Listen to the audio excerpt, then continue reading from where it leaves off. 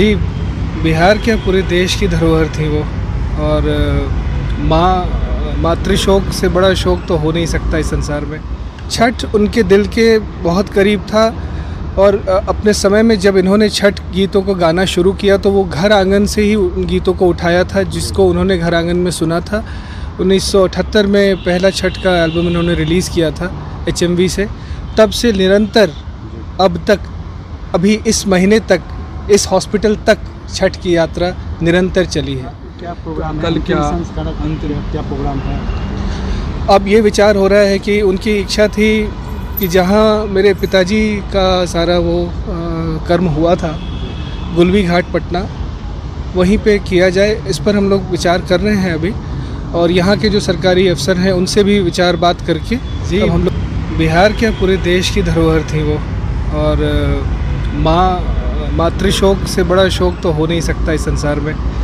वो शोक है। और मैं ये बात समझता हूँ कि हम परिजन हैं तो जो दुख हमें हो रहा है वो तो हमें होगा ही, हर किसी को होता है। पर वाकई में इनके जो श्रोतागण हैं, जो इनके फॉलोअर्स हैं, जो इनके चाहने वाले हैं, बहुत दुखी हैं। और ऑलमोस्ट सब ने रो रो करके फ़ोन किया है कि ऐसा हो ही नहीं सकता है कि ये चली जाएंगी, छठी मैया ज़रूर इन्हें बचा के लाएंगे। ये सबका आस्था है, सबकी ऐसी छठी माँ पे, और वो आस्था बिल्कुल बरकरार है क्योंकि जो सच होना है वो तो होके रहेगा। उनको बहुत ज़्यादा परेशानी में आ चुकी थी शारदा जी, बहुत कष्ट में आ चुकी थी। सबकी प्रार्थना की बदौलत उनको अब वो शांति यात्रा पे चल दी हैं। उनकी आत्मा को प्रभु शांति प्रदान करे, इसकी प्रार्थना सब लोग करें।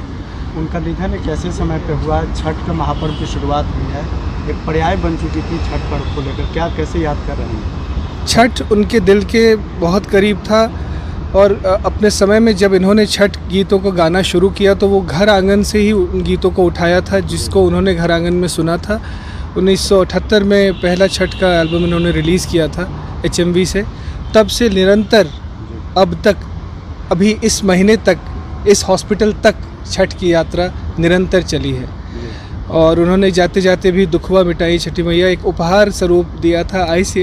ICU से ये कहा था कि ये मेरा अंतिम उपहार है। इसके बाद क्या प्रोग्राम है? कल क्या संस्कार अंतिम क्या प्रोग्राम है? अब ये विचार हो रहा है कि उनकी इच्छा थी कि जहाँ मेरे पिताजी का सारा वो कर्म हुआ था, गुलवी घाट पटना, वहीं पे किया जाए। इस पर हम लोग विचार कर रहे हैं अभी, और यहाँ के जो सरकारी अफसर हैं उनसे भी विचार बात करके तब हम लोग आगे बढ़ेंगे। पर जो होगा पटना में ही होगा।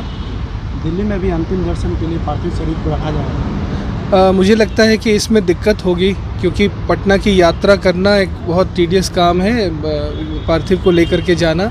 और पटना में परिजन भी हैं, बहुत लोग हैं, तो पहले तो लेके वहाँ जाना ही पड़ेगा। जो उनके चाहने वाले हैं, मैं उनसे आग्रह करूँगा कि अगर वो आ सके तो ज़रूर वहाँ पहुँचें और अंतिम दर्शन करें। ये एक ऐसी विभूति है जिनका दर्शन करना बहुत शुभ होगा सबके लिए।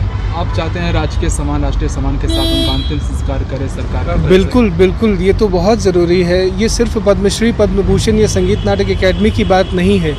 जो उन्होंने कमाया है, श्रोताओं का प्यार, अपनापन जो उन्होंने कमाया है, ये उनको अच्छा लगेगा। श्रोता इसे पसंद करेंगे, जनता इसे पसंद करेगी, सारी जनता इस चीज़ का बहुत सम्मान करेगी। अगर ये हो सके तो मैं जानता हूँ कि माँ की आत्मा जहाँ भी होगी वो बहुत खुश और उनको बहुत खुशी होगी इससे, अगर उनको राष्ट्रीय सम्मान के साथ विदा किया जाए।